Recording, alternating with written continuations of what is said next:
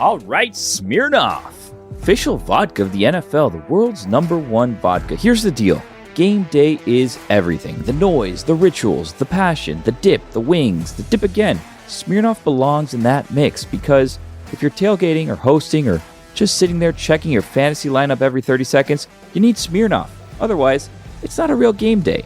They've been doing this since 1864, which is, I don't even want to do the math, a long time. They're award-winning, they make cocktails super easy, and they're all about bringing fans together. So yeah, we do game days. That's their thing. And if you're over 21, you should too. Grab a bottle of Smirnoff at your local retailer and head to Smirnoff.com to find recipes of delicious cocktails perfect for game day. Please drink responsibly. Smirnoff, #21 vodka. Distilled from grain. 40% alcohol by volume. The Smirnoff Company, New York, New York. Please do not share with anyone under legal drinking age. Now's a good time to remember where tequila's story truly began. In 1795, Cuervo invented tequila. Cuervo. What are you doing here? Cuervo. Anytime someone says Cuervo, I show up. Well, I do know that to be true, but even during ad reads, like... Cuervo. I think you could lay out, especially for one of our great partners. Sweet, delicious Cuervo. Since then, Cuervo has stayed true to its roots. The same family, the same land, the same passion. Cuervo. So, enjoy the tequila that started it all. Cuervo. Cuervo. The tequila that invented tequila. Proximo. Cuervo.com. Please drink responsibly. Cuervo. When did making plans get this complicated? It's time to streamline with WhatsApp, the secure messaging app that brings the whole group together. Use polls to settle dinner plans. Send event invites and pin messages so no one forgets Mom's 60th. And never miss a meme or milestone. All protected with end-to-end encryption. It's time for WhatsApp. Message privately with everyone. Learn more at whatsapp.com.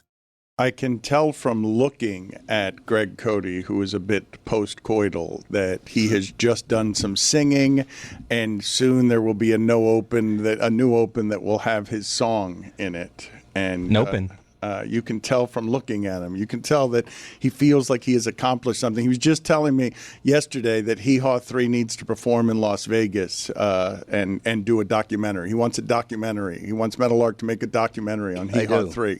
Yeah, it's time.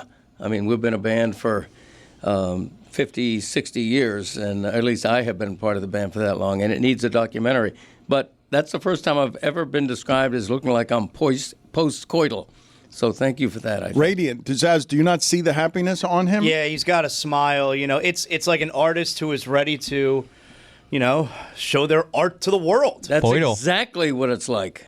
He is, but he's pleased with whatever work it is that he's done, or it could just be that everything centers around him, and that gives him the equal pleasure. Is it like a debut for you, too? Have you seen Final Cut? I have not. Oh, so you'll be watching it for the first time with us. Yeah. Okay, I wonder what it'll be about. Mike Ryan was also muttering under his breath while you were performing the new open, just grumbling about Notre Dame fans being funny, and I don't think he actually finds them funny. No, they're not. They're mad that someone else would consider hiring their coach. It's a strange thing. Well, he wouldn't go. I'm not okay. That's his decision. But how dare you say some other school may want to hire him? What are we doing? Isn't that a good thing? It's like a compliment to your coach. But he would never leave. I don't know. I kind of saw your coach leave for an SEC school a couple years ago, and I happen to know that he's talked to other people. Oh, you happen to know? I happen to know that Marcus Freeman and his agents have done some He happens to know? Great Scott, he happens to know. He happens to know. Gather, everyone. Get the children. He happens to know. So wise.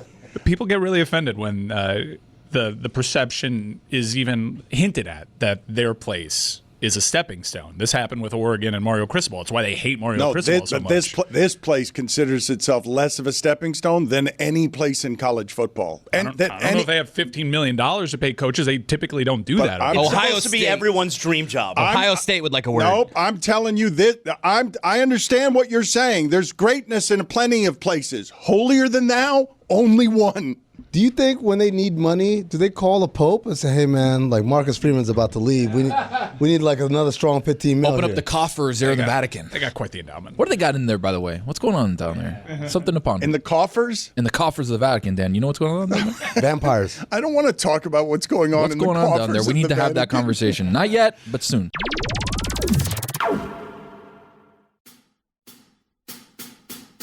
Basketball. Basketball. Basketball. Basketball is back, Jack. Time for our favorite winter sport. The summertime is over, so let's head down to the court. Time for the tip-off. Give me fast breaks on the attack. Will you shoot a three or take it to the rack? Basketball is back, Jack. It's a dream shake down in the post, or a killer cross you love the most. When the offense tries to run and gun, is it man-to-man or box and one? It's big plays and talking smack. That's how you know that basketball is back, Jack. Let me hear you say basketball, basketball, basketball. Basketball is back, Jack. 360 dunks and pick and rolls. And we're gonna watch it every day till they raise the Larry O. Hard fouls and hook shots, a dagger three and hack a shack. If you say this game's the best, I'll say it's a gag. Basketball is back, Jack. Basketball is back, Jack. Basketball is back.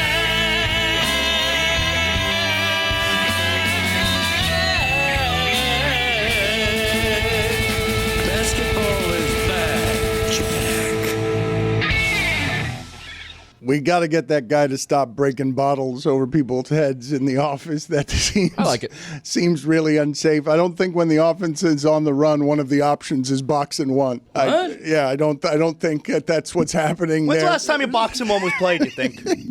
Wow, I'll have to admonish my lyricist over that one. On a day when basketball reopens and Amin is in town flying in with urgency because basketball has reopened, we opened with a hockey story. And come on. Hit the other open. The rarest of things that you get in sports is we talk about drama and soap opera and beef and everyone hating each other. Just a super sweet moment. Just a super sweet moment that broke one of the tough, dirty irritants that sport has ever seen with one of the greatest stories.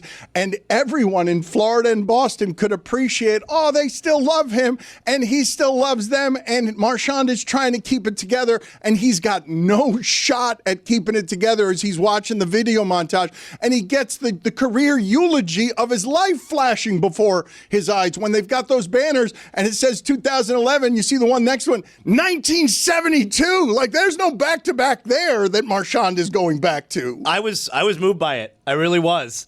And for me, it's always F Boston. I hate everything about that city when it comes to sports. I hate that team right there. I hate that crowd. They did a tremendous job for him. He is an ugly crier, and I felt it for him, though. I felt good for him, and I thought it was a tremendous moment. I loved it. I really did. I loved it. Would you think it was a tremendous moment if Marchand played for, like, the Stars or some other team? No, I wouldn't give a shit. Well, I mean, for me, I'm a Panther fan, right? They nailed the tribute. I was unaware he played in Boston, and so they really did a good job encapsulating and catching me up on that. I did think it was really cool that the more emotional he got, the louder the crowd got, and it was just waterworks after that, especially if you had no idea he was a Boston Bruin. He also made it clear, because they had talked to him throughout the day, he made it clear that he wouldn't change anything. He's really happy with the way everything worked out. He said one thing that surprised me. He said that he had no intention whatsoever of re-signing with the Panthers until he did, and he knew he was a rented mercenary and got caught up with God, this feels good. Like, this is one of the reasons, I mean, that it's still confusing for me to see Kevin Durant in Houston, because I'm like, man, winning seems like it would be super fun. Why wouldn't you just stay with the winners? It seems like you could be swayed by that. Winning seems like a good way to spend your basketball life. I think, well, for Kevin Durant, I think, when you're that level of talented, and I'm no hockey expert, so I don't think Marchand was that kind of talent.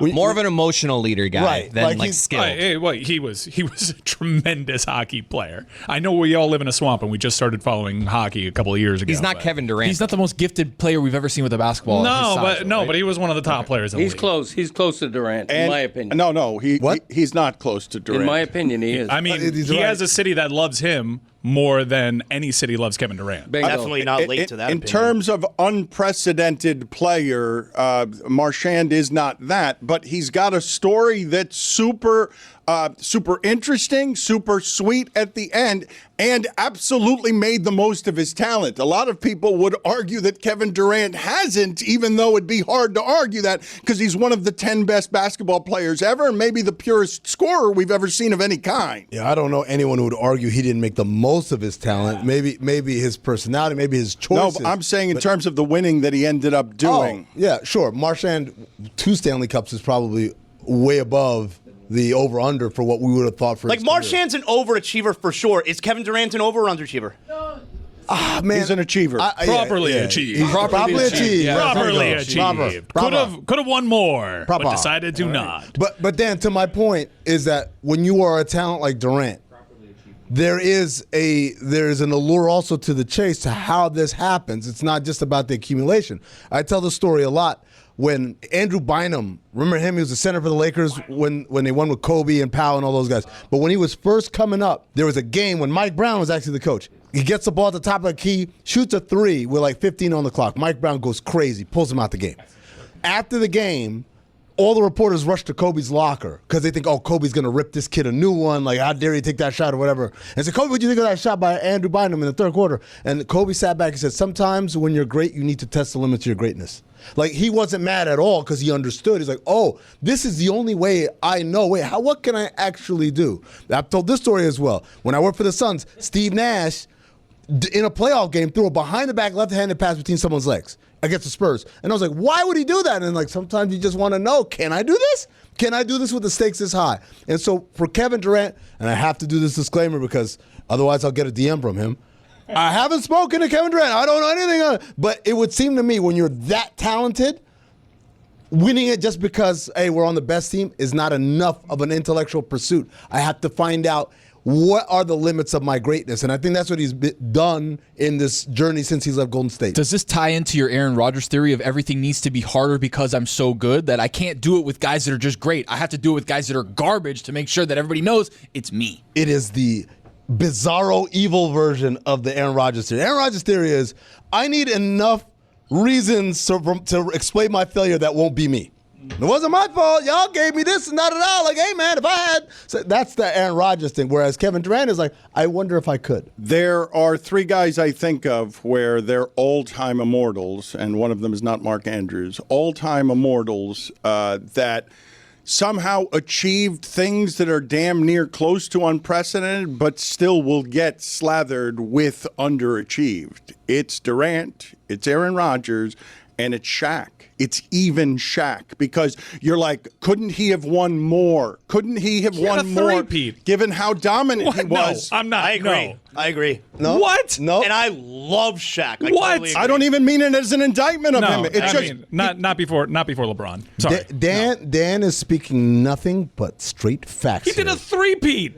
And people And he should've won him even more. People still say Shaq should have was won more dominant than that. You got to think about this: Shaq versus LeBron. 3-peat. Shaq versus LeBron. Here's the thing: LeBron spends 7 figures on his body every year, and his diet is this, and he's got these trainers. And One more. no, he's maximizing everything he can do. Whereas Shaq, everyone's like, the guy eats donuts and says, I got injured on company time. So He was lazy. Yeah, well, I'm not going to say all that. He won a 3-peat the way you're describing. Yeah, like that means No, he's- but he That's didn't- how amazing he is. No, but Chris, when he came into the league, okay, first games in Orlando, when he was dribbling up and down the court with the ball, all of us looked and said that's the most dominant thing we've ever seen. Should have won 10 championships, or should have won a championship at least before he started winning MVPs in his early 30s. Guys, I love the enthusiasm in the room. Everyone's engaged. Everyone's in. Basketball is back. But if we're going to do 90s nostalgia, how are we not talking? They brought it back, and guess what? There it is. hit that music. You know what they did, Dan? They hit the Buffalo. No, play the music. I need the bet. It can't? Okay, never mind. Never mind. All right, we got flagged. 7 seconds or less. Never mind. Oh, I love that book. So Dan, they pushed the button, and you know what happened? It was the Buffalo Wild Wings button. It said, hey, this game is great. We needed to go a little bit longer for a couple of reasons. One, we want this to continue, but also there's another game with Steph Curry in it, and people can't watch it. You know what they'll have to do in order to watch it?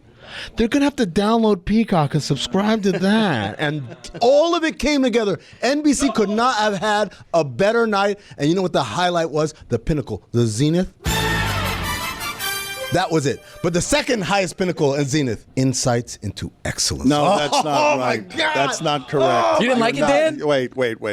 We'll get into insights into excellence. I saw what Amin did there. The ball went over to him, and he's like, you're not going to turn this into a puck. I'm going to keep it a ball. Mm-hmm. And the story from last night, and that was a fun game between Houston and OKC. Also a fun game. The late game was also fun. But the game of the night was the game played around the emotion of Marchand in Boston at the top of hockey. Yes. Seeing a player break like that because of his link to a community, it's almost, Mike just said it, man. Kevin Durant got booed when he returned back to OKC. Durant will never get that moment. Never. Durant was booing the OKC ring ceremony, which was great heel work out of him. And then Steven Adams booed Durant on the intros. That was awesome. I like that one. I also love the dichotomy of at center from Pittsburgh, Steven Adams, and the crowd went nuts. Yeah, they should. At forward from Texas, Kevin Durant, and boo. It was the exact opposite of cheers and boos. But then you say about the emotion of a guy and a link to a community and Brad Marchand. How about the emotion and the link to a legend of Amin Al-Hassan? I sat there, I had tears in my eyes, watching Michael Jordan tell me that he felt mortal for a second. Then he remembered who the hell he was. You're damn right I drained that free throw. Friday, October 24th, the NBA on Prime tips things off with their debut doubleheader. First up, Boston brings the action to the Garden as the Celtics face the Knicks. Then out west, it's a battle of the superpowers as the Lakers try to slow down the relentless pace of the Timberwolves. Celtics-Knicks, T-Wolves-Lakers. Coverage starts Friday, October 24th at 7 p.m. Eastern, only on Prime. Fall's here. Kids are back in school, vacations are over, and cozy season is officially on. And you know what that means? Bomber season is on. I've been rocking the socks, tees, and underwear lately, and honestly, it's next level comfort. Merino wool keeps you warm but not sweating. Supima cotton is soft but tough, and the classic rag wool, that's straight up fall vibes. And it's not just socks. Bomber Sherpa-lined Sunday slippers are perfect for staying in. And the EVA Friday slides, perfect for running out, grabbing coffee, whatever. And the best part, every item you buy, they donate one to someone experiencing homelessness. Over 150 items donated so far. And with their happiness guarantee, if you're not loving it, they'll make it right. No risk, all reward. So yeah, treat yourself, feel good, and do some good while you're at it. Bombas has you covered this fall. Head over to bombas.com/Dan and use code DAN for 20% off your first purchase. That's bombas.com/DAN. Use code DAN at checkout. What does Zyn give you? Not just smoke-free nicotine satisfaction, but real freedom. Freedom to do what you love and choose your rewards. With Zyn Rewards, you can redeem points for premium tech, outdoor gear, and gift cards to your favorite retailers. Find your Zyn and keep finding rewards that fit your lifestyle at zyn.com/rewards. Warning, this product contains nicotine. Nicotine is an addictive chemical. Don Batard. Chris Cody does an impression. Just be careful. Dangerous game here. This is a dangerous game. I don't want to play this game. No, he was saying, man, I could do such a great Kendrick Perkins. No, I don't want to play this game. He's like, man, I can talk just like him. This is who we're going to trust Amin, with you this. do it. Let's let Amin do it, I think. Stugotz. I think you could do it, Chris, because you did a great Charles Barkley. You're 1 for 1 there. Did no one just hear the segment we just did with Amin? We cannot be taking judgment is not the counsel from the local drunk on whether or not you should do the impersonation of a black man stumbling over his words. Like, you don't see the bad judgment in that. There was. Moody Moses? Moses? Don't. Moody? You need that. It sounds worse. Be careful, man. We cannot do this. It's too close to the line. This is where the line is. Something legitimately funny can't be funny because we're scared our ginger's going to do something racist by accident. Carry the hell on, Dan. Rachel. Dan, the line is where we feel alive, though. This is the Dan Le Batard Show with the Stugotz.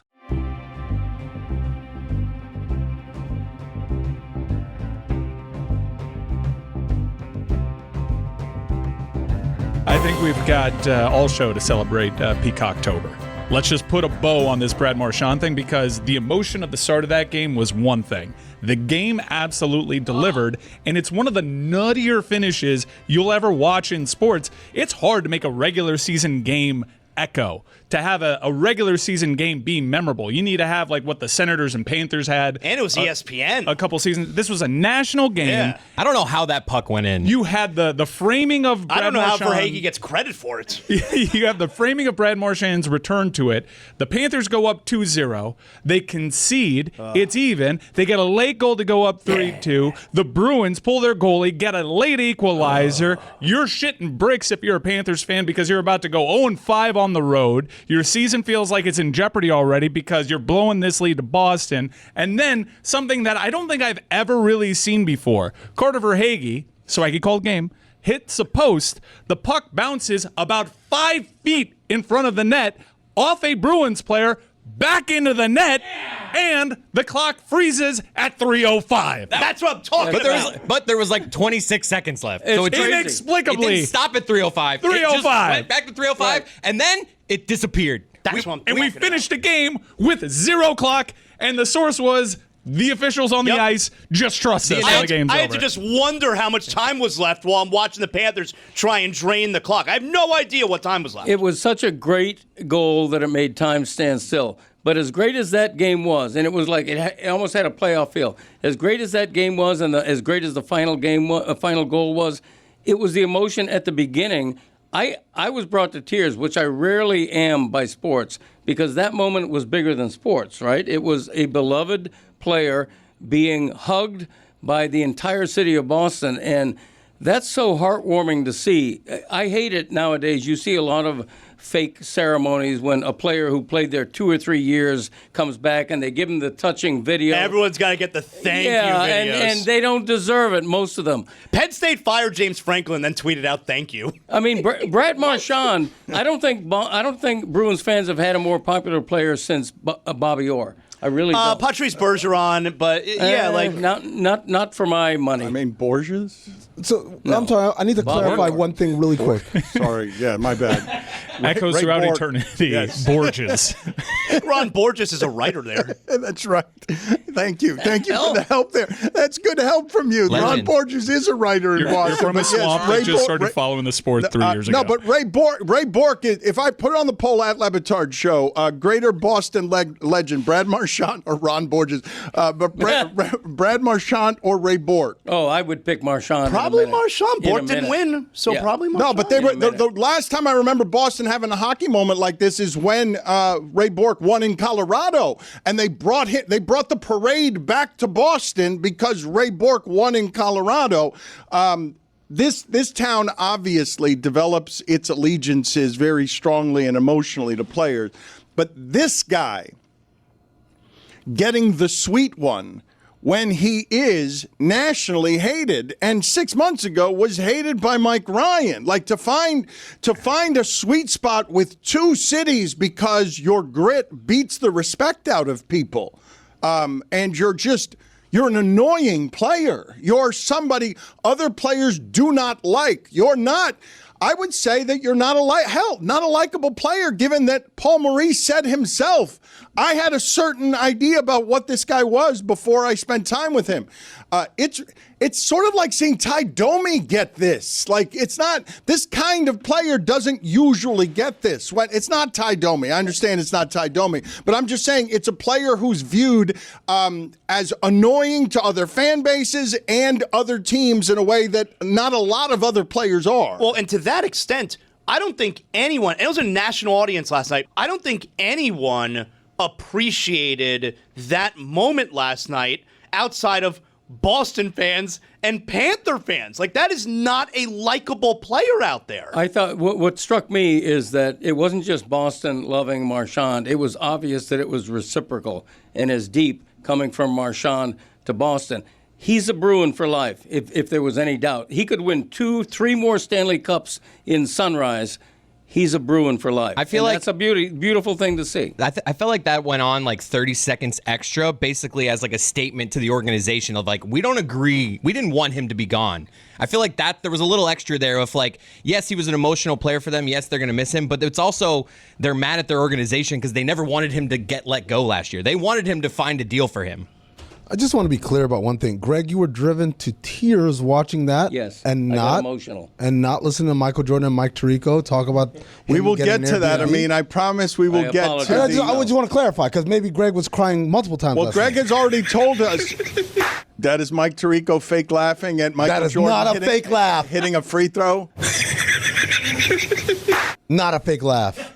It's really funny. Greg Cody, as you've gotten later in life, you've been more likely to cry, right? Sporting events might not make you do it, but you are now more of a crier than you used to be, correct? Yeah, I would say You started crying on your podcast last week because I told you I drafted my daughter's soccer team. That's true. That was. I did talk about what a great father I think Christopher has turned out to be. Boy, how'd you get so soft? And it made me tear up. I'm sorry.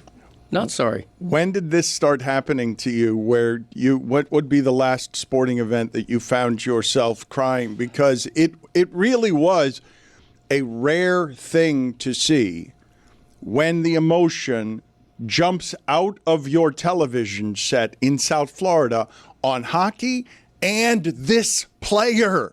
Like, it's really disorienting to have the emotion sneak up on you. Oh, he's not going to hold it together. Oh, he really loves this fan base. Oh, this fan base really loves him. Oh, I love sports. This is why I love sports. Shaq is more disappointing than Connor McDavid. It's a wild take. He won 3 championships in a row. That's hard. Underachieved? You guys are just showing your age right now because you don't.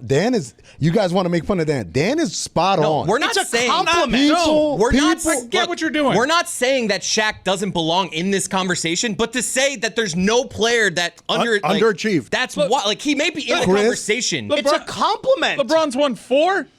Chris, his entire 30-year career, it seems. I'm telling you right now. When Shaq, even at the height of Shaq winning, remember I got hurt on company time, I'm going to rehab on company time. That happened, I think, title number 2. The expectations was this dude was going to be Bill Russell. 8 straight, 10 out of 12. And the moment he only had 1 MVP. People say, that's all you got, one MVP. That's not his fault, though. He should have won one. That's not his fault. What other one should he have won? Nash. There were several I dare you. Won. How dare you? I know you were the Hold on, how dare you? I dare.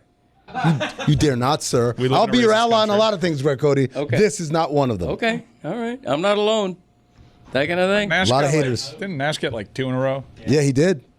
He's great. Good player. Nash was great. Let's go for the little white guy. If you don't believe that Shaq underachieved, I feel like you don't remember how incredible he was. I'm open to that conversation, to put him at the bronze medal stand of all-time underachievers when he did a 3. I just put Aaron Rodgers. I put Aaron Rodgers there. There's an argument for Aaron Rodgers. Is Patrick Mahomes an underachiever? He could have won 3 in a row. I don't really need to say much more than Shaq won 1 MVP. Steve Nash won 2. Who do you think's the underachiever there? Like, Steve Nash won 2 MVPs. Shaq won 1. In what world?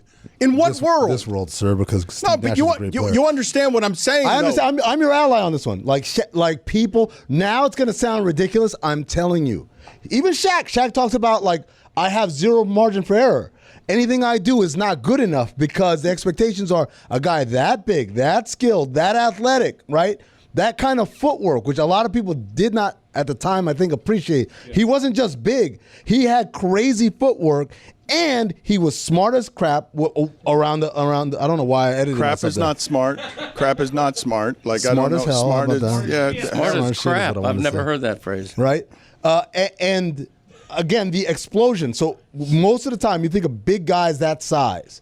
They don't have that kind of vertical. They don't have that kind of first step. So all of these things were combined. That this guy's going to be ringing up the rings over and over again. And it started with that first finals loss. It's not that they lost. It's that they got swept by a smoked. 6 seed. And that's when it started with this guy's an underachiever. Well, no, Amin can also tell you that what also started is next year, all of a sudden he's got post moves that he didn't have. The following year, because he went how many years without doing much of anything in the post other than dunking? Like he was getting smoked by Hakeem Olajuwon's skill set. And he didn't try defensively. Like he wasn't close. The defensive player he became under Phil Jackson, he was not remotely close to that before.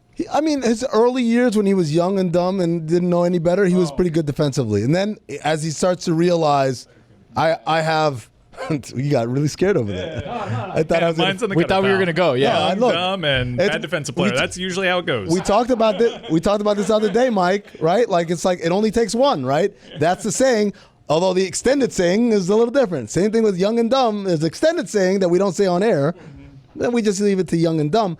But he was decent defensively. Clearly, when he got with Phil Jackson, he bought into being a better defender. It's not. I think it was again choice. A lot of what the stuff that Dan is talking about is that there's an appearance of choice with Shaq. He chose to be in shape. He chose to become a better defender. He chose to take the first couple of months of the season off to rehab a toe injury that he could have rehabbed during the offseason. These are all Shaq choices, whereas a lot of these other guys were like, oh, you weren't good enough. You choked. We don't talk about that with Shaq. We just talk about, man, you could have been so much better. Yep.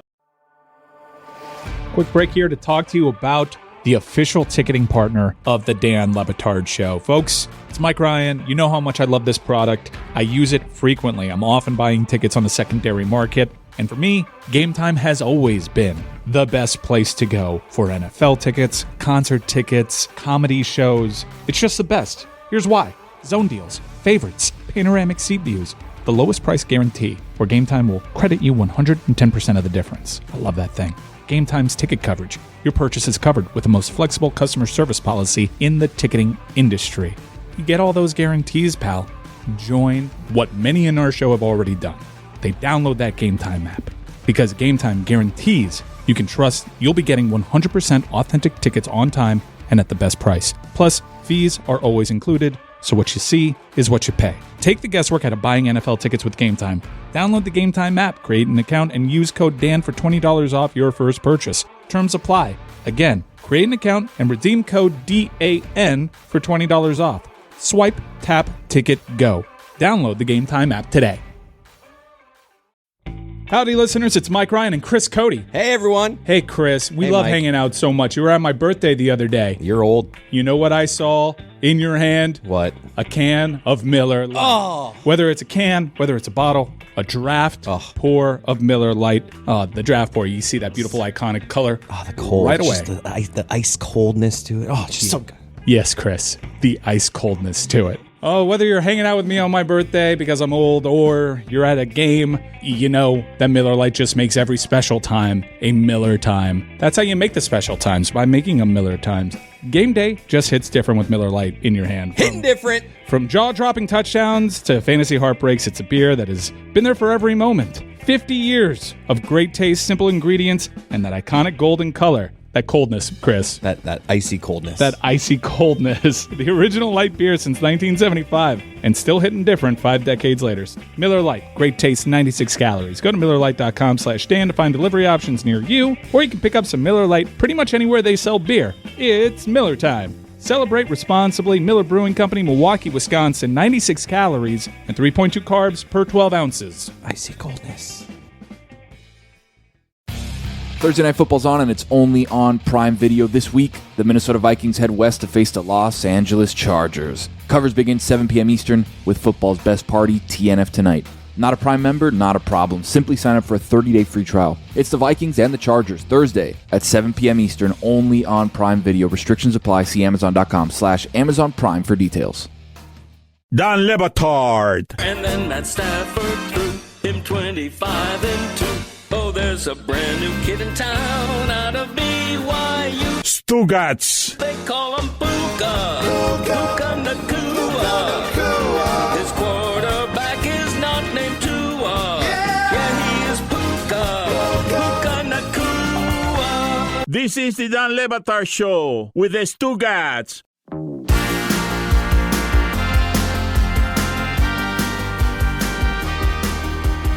Before we get to some things about the coverage last night and the NBA returning, I did want to read to you guys a couple of quotes and just have a larger conversation as it relates to Tua and respect and what it feels like to be in a room with lost respect, okay? When you're Tua specifically. I want to tie this to something that I heard Dave Dombrowski say the other day about Bryce Harper, okay? And, people are going to say that Bryce Harper is going to get hurt by this. Dombrowski, the general manager, Hall of Fame general manager of the Phillies, says of Bryce Harper, he's still a quality player. He's still an all-star caliber player. He didn't have an elite season like he's had in the past. I guess we only find out if he becomes elite or continues to be good. Can he rise to the next level again? I don't really know the answer. He's the one that will dictate that more than anything else. I don't think he's content with the year that he had. Again, it wasn't a bad year, but when I think of Bryce Harper, you think elite, you think one of the top 10 players in baseball, and I don't think it fit into that category, end quote. Bryce Harper's got 6 years remaining on a 13-year, $330 million contract. Bryce Harper probably wouldn't disagree with that in private.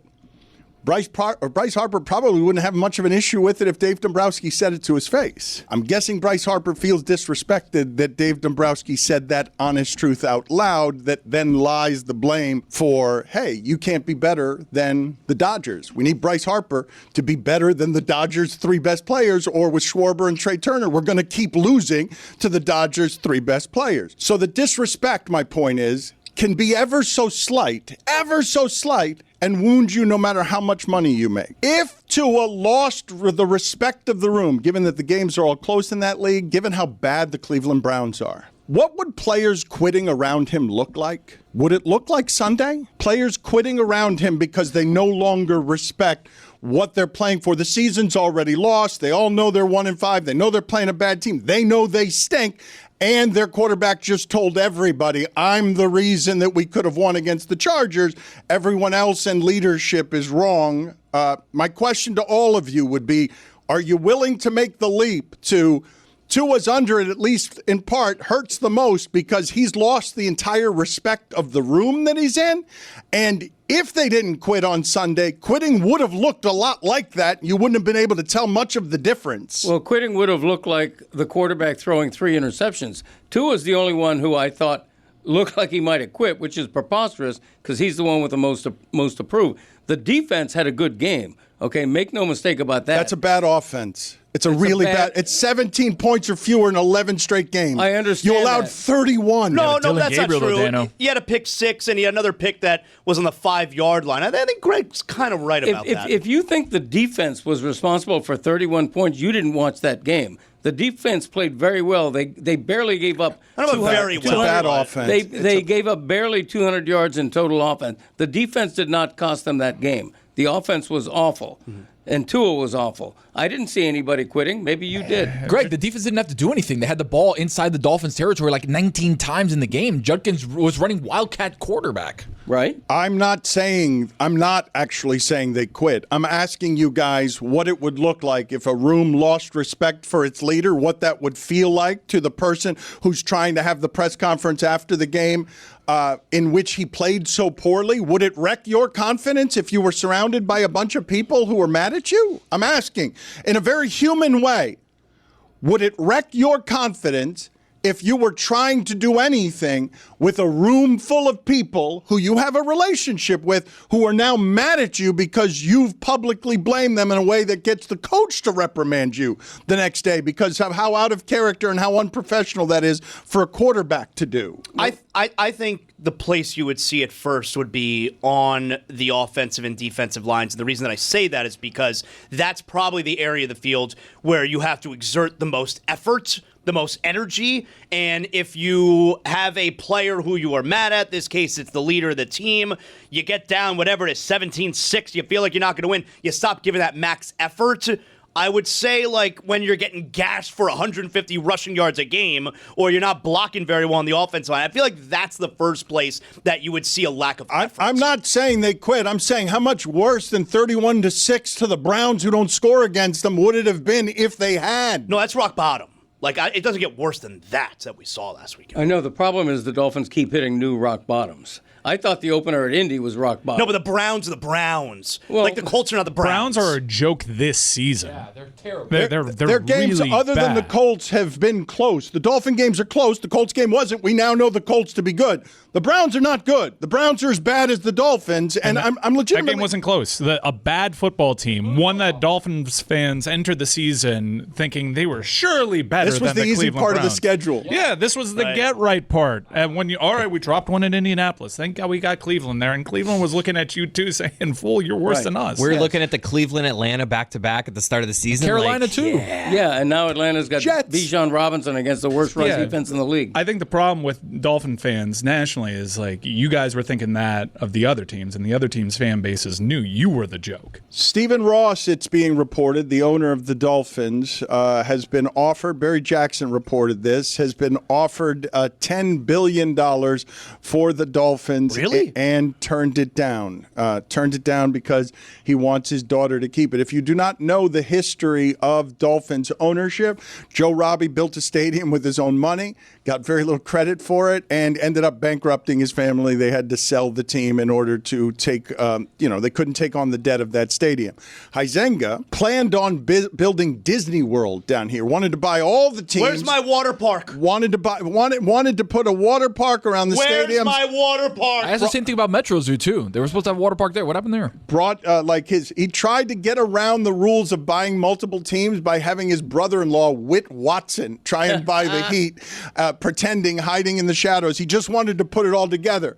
Stephen Ross's team is not worth $10 billion. The land and the stadium that he has that allow him, that is built upon what Robbie and Huizenga did, make it so that the Broncos represent with Walmart the highest price that has gone for is that still the right What number? did the Commanders go for, 7? So Commanders went for 7, I believe. Okay, I thought without it was a stadium deal. I thought it was Denver that was the most. It may be Washington that was the most after that. Regardless, this would be $3 or $4 billion more than that because of the stadium. As a Miami Herald reporter, I'm only Herald Emeritus. Your thoughts are what on the Barry Jackson report that apparently Zaslow does not believe? Well, everybody knows the Miami Dolphins franchise alone is not worth $10 billion or close to it. But when you factor in the stadium, when you factor in the racetrack, you're also buying for that money an F1 race. Imagine if it had a water park. You're buying not only an F1 race, you're buying a major tennis tournament. So you're buying all of these things. And I've said for years, Stephen Ross has been a bad owner of the Miami Dolphins, but he's been great at developing that whole thing. I mean, that's a master class in how to increase the value of what you own on the same piece of land. What's the job? What is the job? Because this part's always confusing to me, right? Roger Goodell has done a good job as commissioner of the league. Why? Everything goes up. Jerry Jones has done a good job as the owner of the Cowboys. Why? Because it's the most valuable franchise. It's worth more than the $10 billion that we're talking about here. Stephen Ross has done a good job because he's a good businessman. Like, he's a bad owner. I separate the two things. I do One too. of them make you a good businessman. That doesn't make you a good owner. He's been a terrible owner. That stadium was trash before Stephen Ross Again, gave I don't it get a major upgrade. Again, yes, that's nice. My game day experience is so much better. Thank you, Stephen Ross. Yes. Yeah, it plays a major role. I It's think great. what he did there. And they have international soccer there. I mean, it's a multi-use stadium. Nobody thinks Stephen Ross has been a good NFL owner, but it doesn't mean he hasn't been great at capital improvement. And the fact that the Dolphins stink, that they haven't won a playoff game in more than 20 years, decreases the value of that franchise hardly anything. Decreases the value by $6. It doesn't matter whether you're buying a winning franchise or not. You're buying an NFL franchise, the most valuable thing in sports. Just looked it up on Forbes. Yes, it is reduced by exactly $6. It's amazing you got that exactly I know, right. man. Crazy. He's done his research. Thank Also, you, Billy. Dan, to clarify something, the most expensive NFL team sale was the Commanders for $6.05 billion. The Broncos went for $4.65 billion. 3 years earlier. But to this point, like none of those teams were winning franchises, so it doesn't really Broncos matter. The Broncos won a Super Bowl 10 years but the Commanders, like you want to talk about an ownership group that was hated by its fan base, and all the things that you could say about Stephen Ross, multiply that by 10 when it came to Daniel Snyder. 10? And look. Way more than 10. I think like 11. Way more than 10. The stadium is still trash. They didn't have a stadium agreement in there, and they found a way to get the money that they did. To answer your question, Dan, what is it? What makes a good owner, right? I think a big part of it is investment into the infrastructure and the fan experience. Which is done in a big way. Because at the end of the day, the thing that you can't really control, and I know people don't want to hear this, you can't control the results on the field.